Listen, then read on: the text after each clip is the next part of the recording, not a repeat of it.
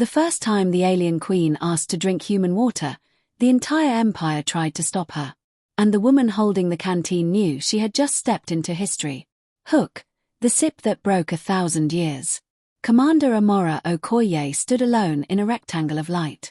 Everything outside that rectangle was forbidden.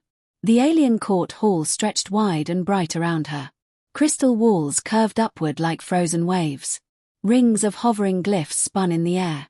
Drones floated silently like metal insects watching for mistakes. And at the center of it all stood the queen. Radiant. Untouched. Protected by laws older than human spaceflight. The queen had never touched an unverified object.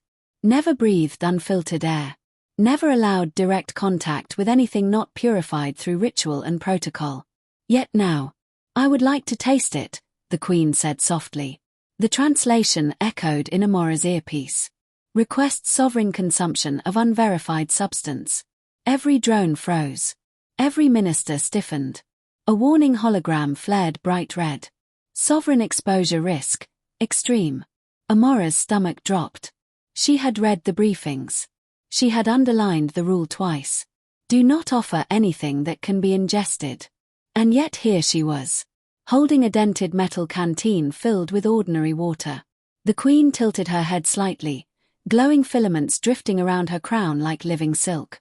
I am thirsty, she added. Such a small word. Thirsty. In a hall built on fear. Amora swallowed. Her throat was dry. The legal officer stepped forward behind a barrier of shimmering light. My sovereign, they said urgently. Purity protocols forbid. They forbid many things, the queen replied calmly. They do not forbid my choice. Silence fell. The kind of silence that changes history. Amora slowly unclipped her canteen. The palace lights flickered. Drones shifted position. The empire held its breath. Beginning. A human in a glass world. Amora Okoye had been chosen for this mission for 3 reasons.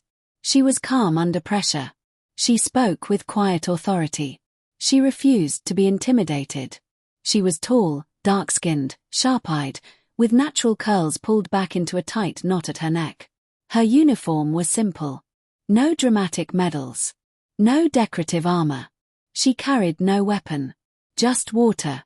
The Empire of Erin valued sterility above all things. Their history was filled with biological disasters. Entire bloodlines erased by unknown plagues. Their solution had been absolute control. Barriers.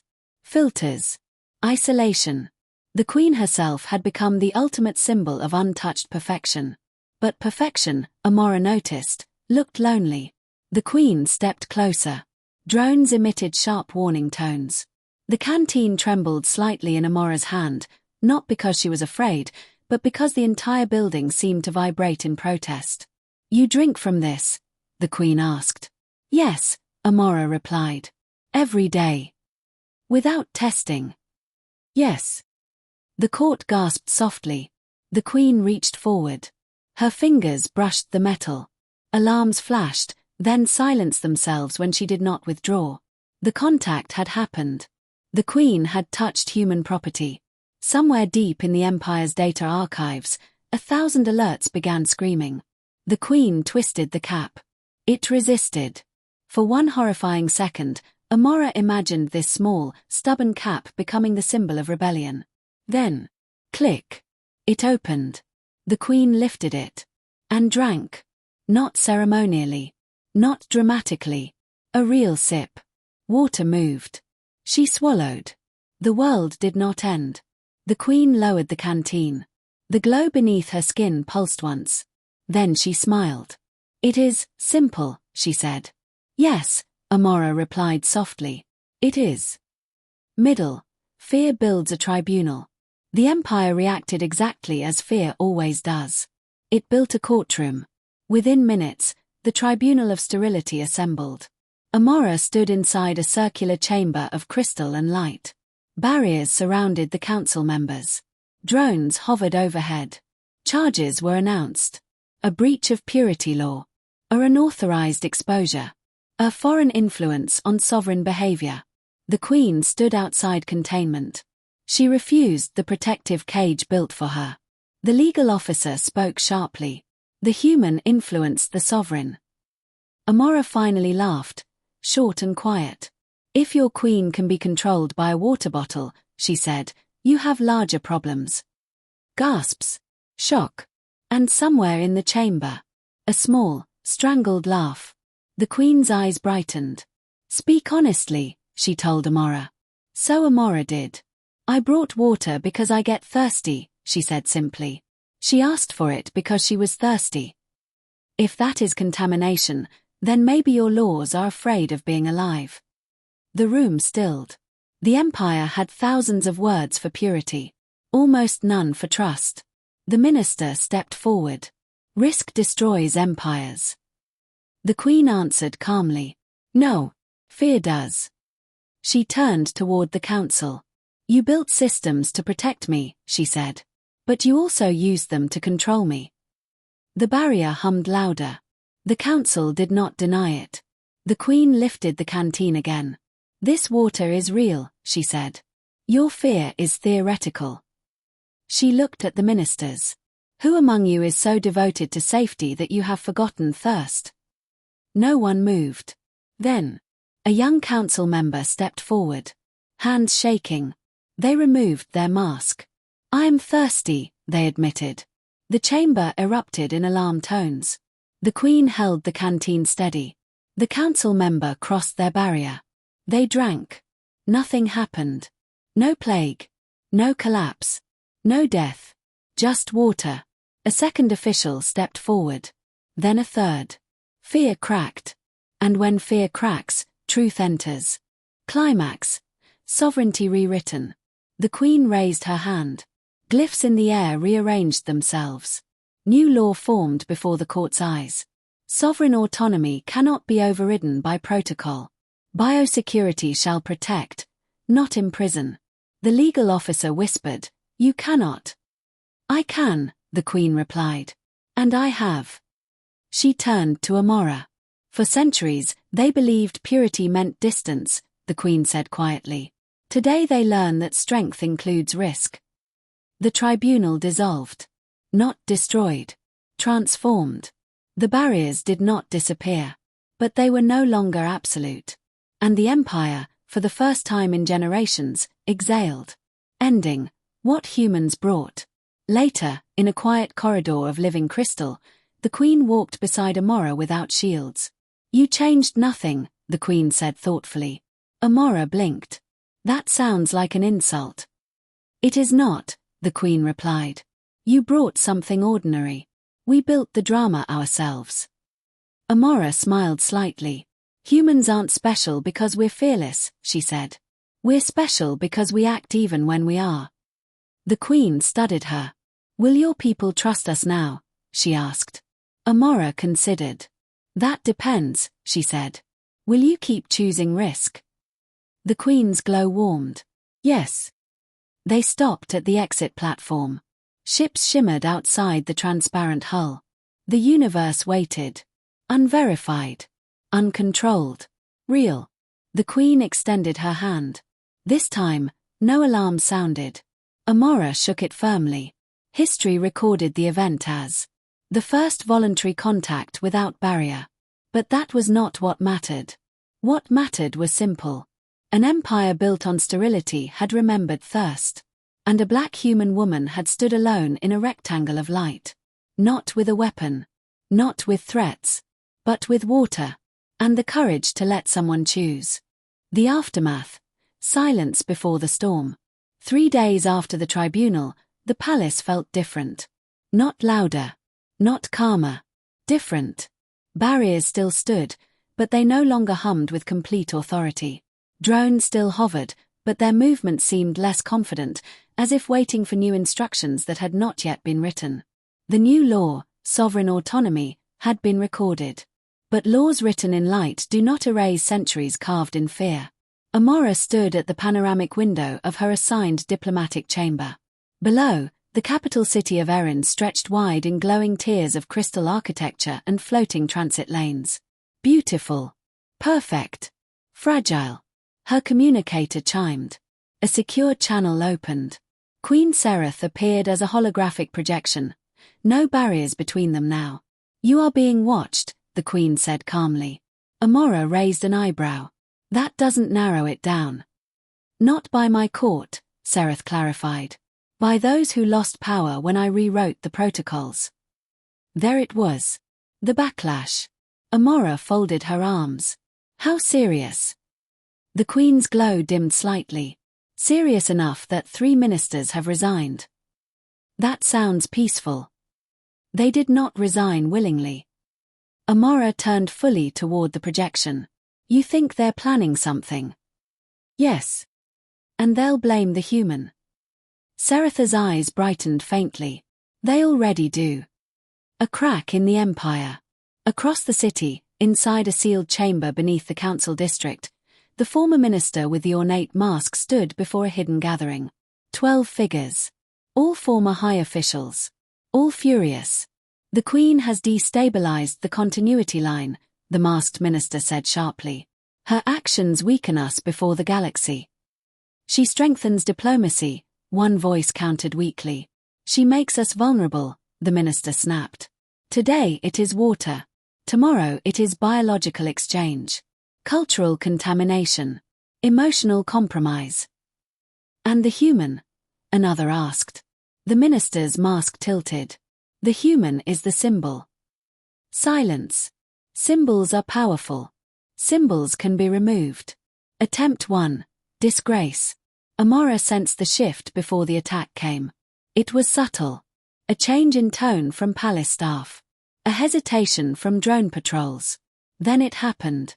A broadcast. Across the Empire's public networks, edited footage began spreading. Clips of Amora laughing during the tribunal. Clips of her speaking casually to the Queen. Fragments rearranged to suggest mockery. Manipulation. Control. The message was clear. The human envoy corrupted the sovereign. Amora watched it unfold on her display. She didn't look angry. She looked tired. Sereth appeared again. They accuse you of strategic psychological infiltration, the Queen said. Amora blinked. That sounds impressive. They suggest you engineered the event. Amora leaned back in her chair. If I had that level of planning skill, I wouldn't have been surprised by a stubborn bottle cap. Seretha's glow flickered, almost amusement. But outside, protests had begun. Not violent. Yet. Citizens gathered in public squares demanding restoration of full purity protocol. Fear moves fast when given direction. Seretha's voice lowered. My security division has traced the broadcast origin. And? The former minister. Amora nodded slowly. They're not done. No, the Queen agreed. They are just beginning. Attempt 2. Biological scare. 2 nights later, alarms blared across the diplomatic wing. Amora was halfway through reviewing trade documents when her room sealed itself. Red glyphs flashed. Biohazard detected. Her pulse quickened. That's new, she muttered. Through the transparent wall, she saw drones scanning rapidly. A voice came through the speaker system. Human envoy Amora Okoye remained stationary. Containment protocols active. Her jaw tightened. This wasn't random. This was staged. Moments later, Seretha's hologram appeared again, but this time distorted by interference. They planted it, the Queen said immediately. Planted what? Amora asked. A synthetic pathogen marker in your water supply. Amora looked at her canteen sitting on the table. You're kidding. No. Outside, drones projected an image. Simulated viral structure. Dangerous. Alien. Terrifying. It is false, Sereth said. A fabricated sequence designed to trigger alarm systems. But the public won't know that, Amora replied. No. The corridor outside filled with armored security units. Not palace drones. Military grade. Amora stood slowly. If I run, I look guilty, she said. Yes. If I fight, I confirm their fear. Yes. She exhaled. Then I walk. The door unsealed. Armed guards surrounded her. Weapons charged. The lead officer spoke coldly. You are under investigation for biological aggression. Amora lifted her hands calmly. Of course I am. The trial of fear. This tribunal was different. Larger. Broadcast live. Citizens across Erin watched. The former minister stood at the center this time, reinstated temporarily for emergency stability. The Queen remained present, but this time tension coiled visibly around her. The accusation. The human introduced delayed biothreat markers into palace water systems to undermine imperial security. Amora listened quietly.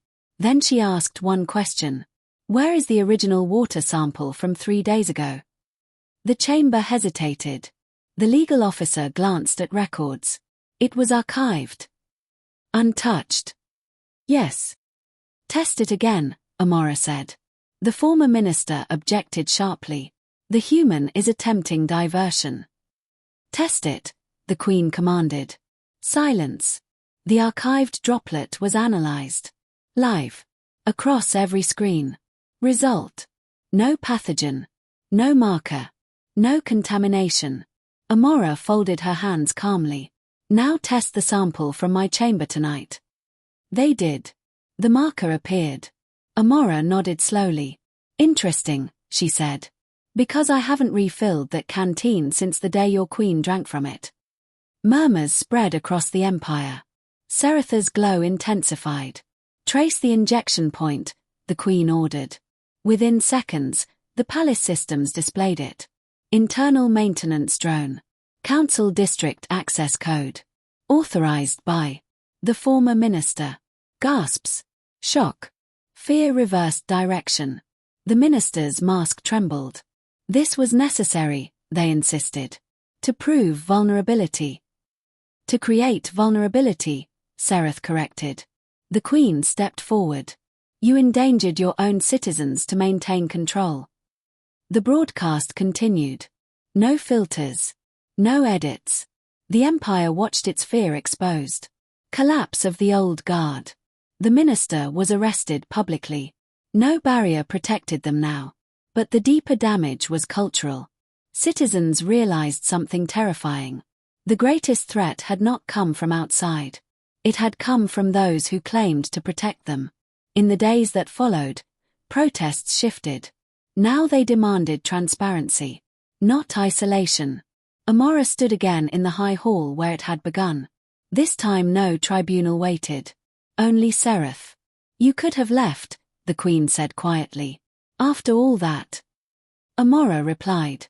That would have looked suspicious. Sereth studied her. You are not afraid.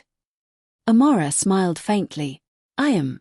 I just don't let fear make decisions. The Queen nodded slowly. Our empire has done nothing else for centuries. A new threat emerges. Peace never arrives quietly. It arrives challenged. A transmission entered Erin space. Unknown origin. Encrypted. Hostile tone. Another galactic power had observed the unrest. They saw weakness. Opportunity. Their message was simple. Isolation made you predictable. Now you are unstable. We will test your borders. Amora watched the tactical projections. Warships. Heavy class. Advanced. Seretha's council looked panicked again. Old fear rising.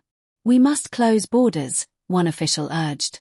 We must return to full protocol, another insisted. Amora stepped forward. No, she said firmly. All eyes turned to the human again.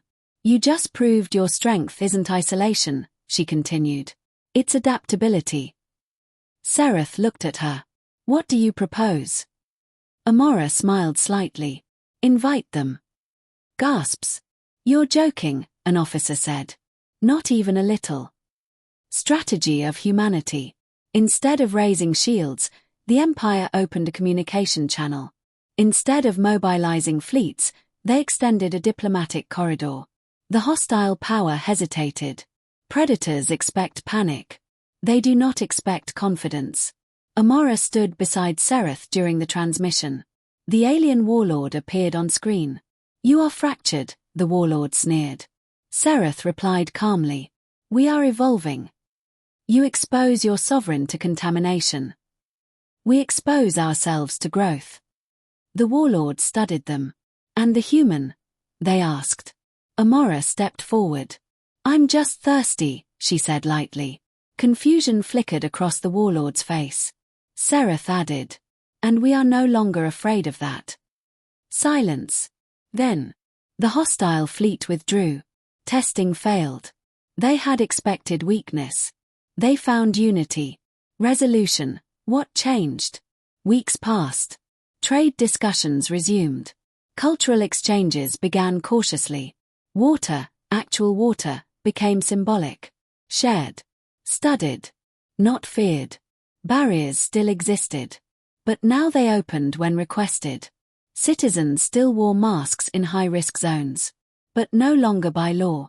By choice. And that difference changed everything. Amora prepared to return to Earth. Her ship waited in orbit. Sereth met her at the launch platform. No containment field. No drones close enough to matter. You altered our trajectory, the Queen said. No, Amora replied softly. You did. Sereth extended her hand. Amora shook it firmly. For centuries, Sereth said, we believed safety required distance. And now? Amora asked. Now we understand strength can survive contact. Amora picked up her canteen. Still dented. Still ordinary. Keep it, Sereth said suddenly. Amora blinked. It belongs to history now. Amora looked down at it. Then back at the Queen. Only if you promise to refill it. Sereth smiled. I will. As Amora boarded her shuttle, the capital below shimmered. Not perfect anymore. Alive. Across the Empire, citizens repeated a simple phrase that began trending across networks. Thirst is not weakness. And somewhere in the galaxy, other civilizations took notice. Humans had not conquered. Had not threatened. Had not dominated. They had done something far more dangerous. They had reminded an empire how to choose.